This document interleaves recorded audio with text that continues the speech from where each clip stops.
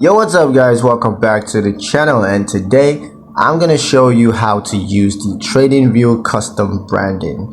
Alright, it's gonna be a quick video. We're not gonna waste too much time on this. Let's just jump straight into it. Now the first step will be to access the custom branding feature.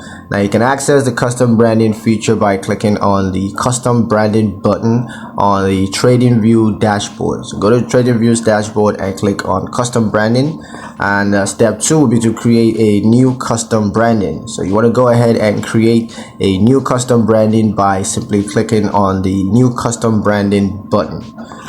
Step 3 will be to configure your custom branding. So you can configure your custom branding by setting up the logo. You can also choose a color as well as other branding elements. So just go ahead and use that to configure your custom branding. Now the fourth and final step will be to apply your custom branding. So apply your custom branding to your Tradingview accounts, and that's gonna conclude the steps.